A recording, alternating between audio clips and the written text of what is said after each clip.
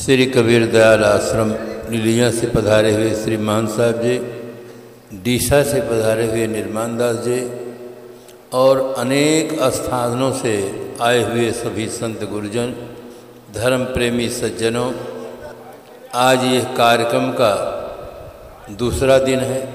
आवाज कोई नहीं करे, बोलो कोई नहीं। अभी आप अनेक महान भावों से भजन साथ साथ सुंदर विचार श्रवण किए हैं। विश्व के सभी दार्शनिक विचारक मनीषी मानव जीवन की भूर भूर प्रशंसा करते हैं। क्यों करते हैं? मानव जीवन ही वह जीवन है जिस जीवन को पाकर हम अपने आप का अनुसंधान कर सकते हैं कि मैं कौन हूँ।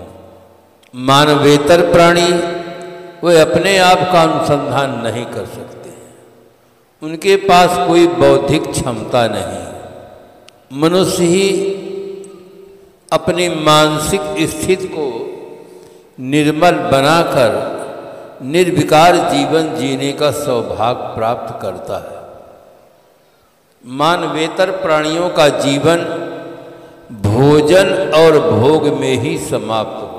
भोजन करने का सौभाग्य संसार के सभी प्राणियों को प्राप्त है, किंतु भजन करने का सौभाग्य सिर्फ मनुष्य को मिला है। मनुष्य के अलावा कोई प्राणी भजन नहीं कर सकता है। ऐसा भाग्यशाली जीवन मिला है। हमें समय का बहाना नहीं करना चाहिए कि क्या करें, बहुत बिजी हैं, बहुत व्यस्त हैं, भजन के लिए समय नहीं मिलता है। ये बहाना है। आदमी जिस काम में लाभ समझता है उसके लिए समय निकालता है। लाभ अगर उसको निश्चय हो जाए कि इस काम में बहुत लाभ है तो तुरंत वो धंधा चालू कर देगा, दूसरा छोड़ देगा। हर आदमी का झुकाव लाभ की ओर है, किंतु लाभ को ठीक से लोग समझे नहीं। लाभ में दो अक्षर हैं, ला और भा, और दोनों को पलट दे तो क्या बन जाता है? भला। मानव जीवन पाने का लाभ है आदमी भला आदमी बने, अच्छा आदमी बने, ये लाभ है। आदमी और कुछ भी बन जाए, केवल अच्छा आदमी भर न बने तो सेंटर जेल में ही रहेगा। चाहे एक कवि ने बहुत सुंदर शब्दों में कहा कि धन बल, जन बल, बुद्धि अपार और सदाचार बिन सब बेकार। चाहे जितना धन हो, रावण के पास सोने की लंका का राजा था, बहुत बड़ा परिवार भी था, जनबल भी था और बहुत बड़ा विद्वान भी था, वेदों पर उसने भाष्य लिखा है, किंतु सदाचार बिन सब बेकार। मारा जाता है रावण, सदा के लिए जीवन कलंकित हो जाता है। आज कोई भी समझदार आदमी अपने बच्चे का नाम रावण नहीं रखना चाहिए, सदा के लिए कलंकित। एक शायर लिखता है, ओह चाल चल कि उम्र खुशी से कटे तेरी, ओह चाल चल कि उम्र खुशी से कटे तेरी, ओह काम कर कि याद तुझे सब किया करे। आदमी को ऐसी चाल से चलना चाहिए कि उसका जीवन खुशी खुशी कटे, और ऐसा काम करना चाहिए कि मरने के बाद भी लोग नाम लें तो आदर से लिया करें। ये अच्छे आदमी का लक्षण है। हम इलाहाबाद आश्रम में थे, एक भक्त आए, बंदगी किए, मैंने कुशल मंगल पूछा। उसने कहा, साहब मुझे रात्रि में सूर्य ग्रहण लगता है। मैंने कहा, रात्रि में सूर्य ग्रहण होता ही नहीं है, लगता कैसे? सूर्य ग्रहण जब होगा जब दिन में होता है, रात्रि में चंद्र ग्रहण लगता है।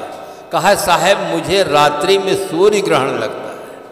मैंने कहा, क्या प्रकृति ने आपके लिए कोई स्पेशल व्यवस्था बना दिया है क्या? असली बात बताओ, तुम कहना क्या चाहते? कहा साहब, पहली भूल तो शादी की, जीवन की पहली भूल है, ध्यान से सुनना।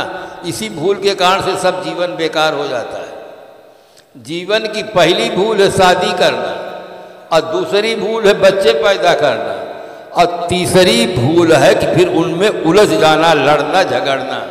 ये तीसरी भूल है। कह साहब, शादी की या पहली भूल, दूसरी भूल बच्चा हुआ तो लड़की हो गई।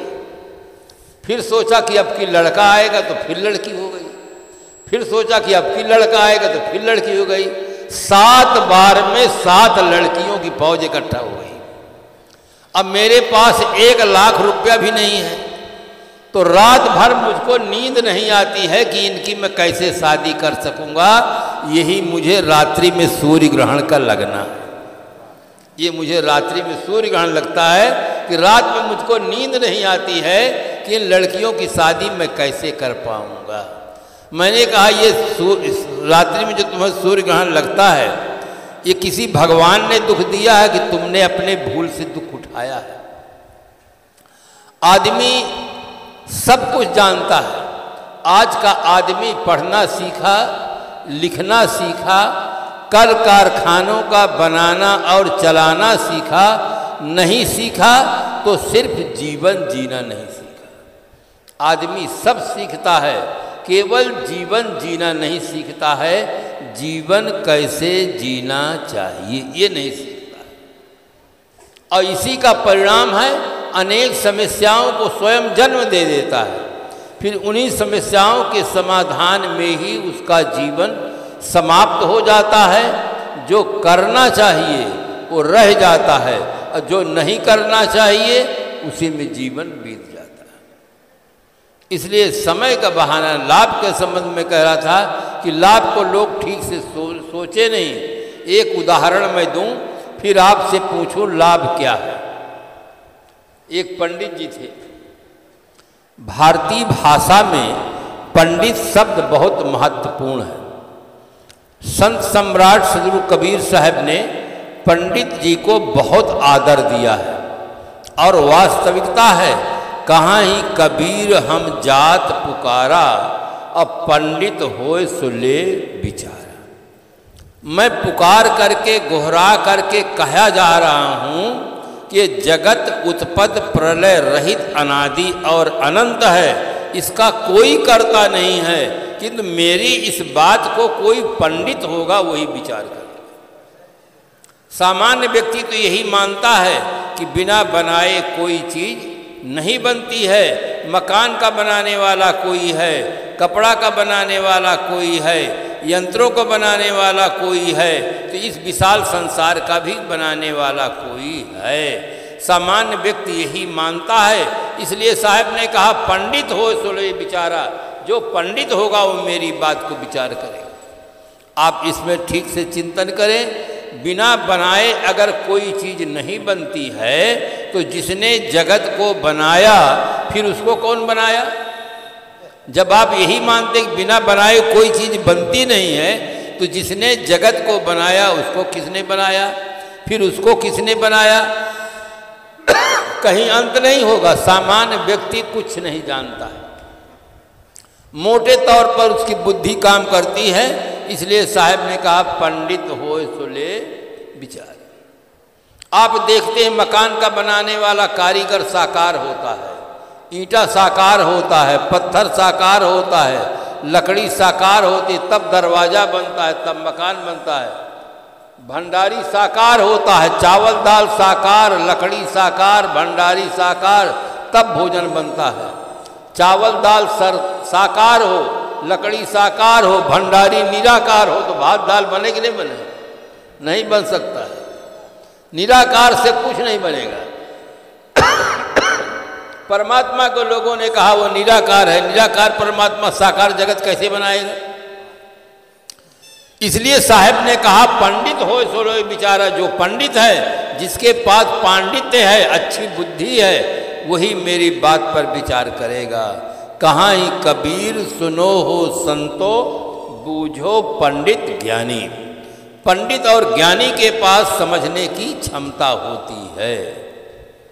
दूसरे व्यक्ति के पास समझने की क्षमता नहीं होती है। देखो ध्यान से सुनना, मानव जीवन वो जीवन है जिसमें चुनाव करने का आपके पास सुअवसर है। जैसे वोट का समय आता है तो आप चुनाव करते हैं कि कांग्रेस सरकार को वोट दें कि भाजपा को वोट दें। इसी प्रकार से आपके जीवन में भी चुनाव है, चाहे शादी करें और चाहे साधना करें, ये चुनाव है। अगर चुनाव में भूल हो गई तो पूरी जिंदगी बर्बाद हो जाती है। इसलिए चुनाव ठीक से करें। तो पंडित जी थे, उनके पास पुरोहिती कर्म था, लगता है राजस्थान के रहे होंगे, बीकानेर क्षेत्र के। तो वहाँ ऊंट पर बैठ करके वे गए हुए थे पुरोहिती कर्म में, और जजमानी से लौट रहे थे। तो जिस रास्ते से लौट रहे थे, जो गांव मिला उस गांव में शादी हो रही थी, मंत्रों का उच्चारण हो रहा था। पंडित जी ने सोचा कि धूप भी हो गई है और यहाँ शादी का वातावरण बना हुआ है, अगर यहाँ हम रुक जाएंगे तो थोड़ी देर में दक्षिणा भी मिल जाएगा और गर्मी भी हट जाएगी। तो पंडित जी वहाँ पहुँच जाते हैं दरवाजे पर, ऊंट को अपना बैठा देते हैं और पंडित जी अंदर चले जाते हैं। पंडित जी को जो वहाँ पर दूसरे पंडित थे वे परिचित थे, नमस्कार किए, कुशल मंगल पूछे, दोनों तरफ से खूब प्रसन्नता है। और जब शादी का कार्यक्रम पूरा हुआ तो पंडित जी को 100 रुपया मिला दक्षिणा। पंडित जी बहुत खुश हुए कि गर्मी भी दूर हो गई और मिलन भी हो गया, 100 रुपया दक्षिणा भी मिल गया। और इधर क्या, दरवाजे पर से जब पंडित जी अंदर चले गए तो एक आदमी ऐसे सज्जन थे कि ऊंट को लेकर के चले गए। अब वो समझे कि ये कोई पंडित जी का आदमी है तभी तो लेकर चला गया है, दिन का मामला, रात का तो मामला है नहीं। तो लोगों ने कोई शंका नहीं किया कि ये कौन आदमी है, कैसा है। वो ऊंट को लेकर चले गए। अब जब पंडित जी बाहर आके निकल कर देखते हैं, पूछते कि हमारा ऊंट कहे, ऊंट तो आप जैसे अंदर गए हैं, थोड़ी देर के बाद एक आदमी आया है और ऊंट को बैठ करके लेकर चला गया। हम समझे कि आपका ही कोई आदमी है, इसलिए हमने टोका नहीं, हमने देखा तो है किंतु टोका नहीं है, हमने पूछा नहीं उससे। अब मैं आपसे पूछूं कि पंडित जी को लाभ हुआ कि हानि? प्रत्यक्ष लाभ तो 100 रुपया के मिला कि नहीं मिला? 100 रुपया का लाभ मिला पर 10,000 का ऊंट चला गया, ये लाभ नहीं हुआ भाई। इसी प्रकार से आदमी जब शादी करता है ना तो 100 रुपया का लाभ मिलता है, पत्नी मिलती है, बच्चे मिलते हैं, पैसा मिलता है, किंतु 10,000 का वाला ऊंट जो है वो मोक्ष जो सुख है वो चला जाता है। जिस मनुष्य शरीर पा करके भजन कर सकते थे, सदा के लिए संसार शरीर से मुक्त हो सकते हैं, वो चला गया, केवल 100 रुपया मिला। अब अंतिम में ये भी छूट जाएगा, जो मिला भी है वो भी छूट जाएगा। जीवन के जब अंतिम समय आएगा तो सारा परिवार छूट जाएगा, सारा धन छूट जाएगा, सारा पद छूट जाएगा, केवल एक कफन भर मिलेगा, बाकी सब छूट। इसलिए लाभ के संबंध में ठीक से सोचें। अगर आप कहीं सगे संबंधियों में जाते हैं और वहाँ फ्री में बोतल पीने को मिल जाता है, सिगरेट पीने को मिल जाता है, तो कभी नहीं सोचना कि ये लाभ है। ये हमारे दोषों को और मजबूत बना देता है, दुर्गुणों को मजबूत बना देता है, उससे हम लाचार हो जाएंगे, फिर उसके बिना हम जी नहीं सकते हैं, उसके बिना हम रह नहीं सकते हैं। इसलिए बंधुओं, फ्री में अगर नशा मिलता है तो उसको छूना नहीं। अपने लाभ को अच्छी तरह से समझ लेना। लाभ है निर्विकार जीवन, ये लाभ है। जितने प्राणी हैं मानवेतर प्राणी, सब विकारग्रस्त जीवन जीते हैं। मनुष्य जीवन पाने का लाभ है निर्विकार जीवन, पवित्र जीवन। देखो रामायण में गोस्वामी जी लिखते हैं, यही तनु कर फल विषय न भाई, स्वर्गहु स्वल्प अंत दुखदाई। रमा विलास राम अनुरागी, तजत बमन जिम जन बड़ भागी। सत्संग में आने से हमें एक नई दृष्टि प्राप्त होती है।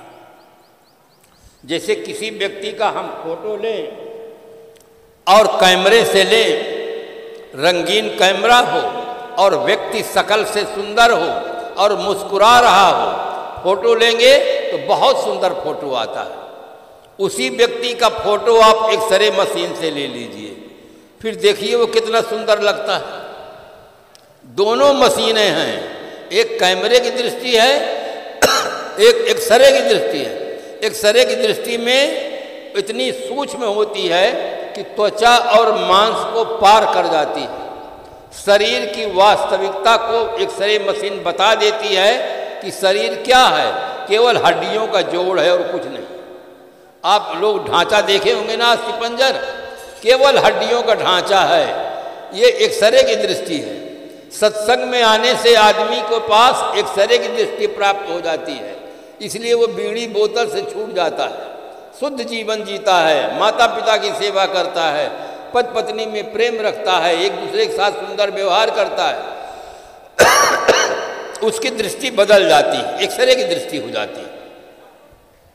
और जो लोग सत्संग में नहीं आते हैं वो दिन भर तो कमाते हैं और सायंकाल बोतल की दुकान में चले जाते हैं, सब पैसा दे देते हैं।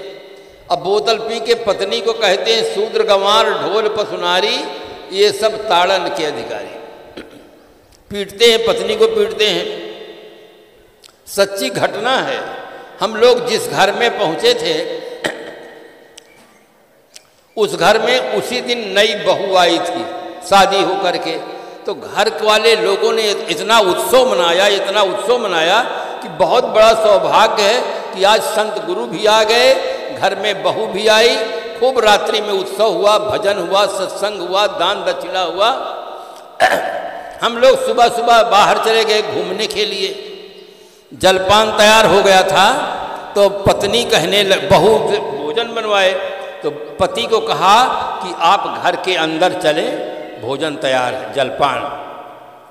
पति कहता कि यहीं ला दो।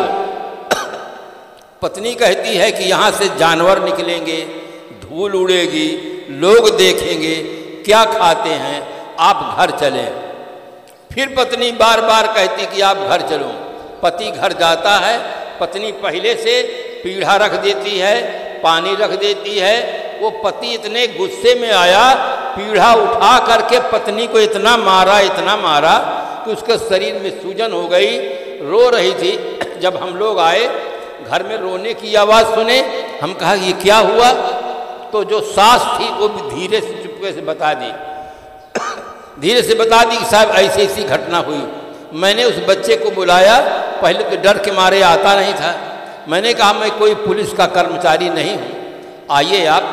आया, मैंने कहा बाबू क्यों मारे हो? कल ही तो आई है, अपने माता पिता को भूल नहीं पाई है और आप पीढ़ा से मार दिए हैं। कहा साहब ये आज ही मेरे घर आई है, अब मुझे अपने अनुसार करा रही है। मैं बार बार कहा कि जलपान यहाँ लाओ, ये कहती है नहीं घर में चलो। मैं बार बार कहा कि यहाँ मुझे जलपान दे दो, ये मुझको अपने अनुसार चलाना चाहती है, मेरे अनुसार नहीं चलना चाहती। तब उसने कहा शूद्र गंवार ढोल पसुनारी, ये सब ताड़न के अधिकारी। मैंने कहा ये चौपाई नारी जगत के लिए काल हो गई। मैंने कहा वहाँ लिखा ताड़न के अधिकारी, पीढ़ा के अधिकारी तो नहीं लिखा, पीढ़ा क्यों मारे? फिर उसको बहुत समझाया और कहा प्रतिज्ञा करो कि आज से कभी पत्नी के ऊपर हाथ नहीं उठाऊंगा। नारी लक्ष्मी होती है, अगर आप मार पीट करेंगे तो घर से लक्ष्मी चली जाएगी। आदमी के अंदर प्रेम होना चाहिए। पति और पत्नी दोनों का संबंध 6 और 3 की तरह होना चाहिए। 6 और 3 दोनों का मुंह जब एक तरफ होता है तब 63 होता है, और दोनों का मुंह जब 2 तरफ हो जाता है तब 36 हो जाता है। कितना बड़ा अंतर होता है। जिस घर में पति पत्नी में प्रेम, सास बहू में प्रेम, भाई भाई में प्रेम, पिता पुत्र में प्रेम, उस घर में जीते जी स्वर्ग है, मरने के बाद स्वर्ग जाने की कोई जरूरत नहीं। जिस घर में आपस में प्रेम नहीं, एक साथ बैठकर खाते नहीं, बोलते नहीं, उस घर में जीते जी नरक रहता है। सदगुरु कबीर साहब की एक साखी सबको याद रहना चाहिए। पोथी पढ़ पढ़ जगमुआ, पंडित भया न कोय, ढाई आखर प्रेम का पढ़े सो पंडित। व्यवहारिक जीवन में प्रेम की जरूरत है। देखो आप सब विभिन्न स्थानों से आकर के कितना शांतपूर्वक बैठे हैं। अगर प्रेम नहीं होता तो आप अपने घर से यहाँ चलते ही नहीं, आते ही नहीं। मिलना मंजूर तो बंबई नहीं दूर, अब मिलना ना मंजूर तो चौखट बड़ी दूर। दूसरे दूसरे गांव से लोग आकर के सत्संग सुन रहे हैं, और जिनको मिलना मंजूर नहीं है वो इसी गांव में है पर तो आ नहीं रहे हैं। आज आदमी की बाहर की स्थिति तो अच्छी है, भीतर की स्थिति बिगड़ गई है, मानसिक स्थिति बिगड़ गई है।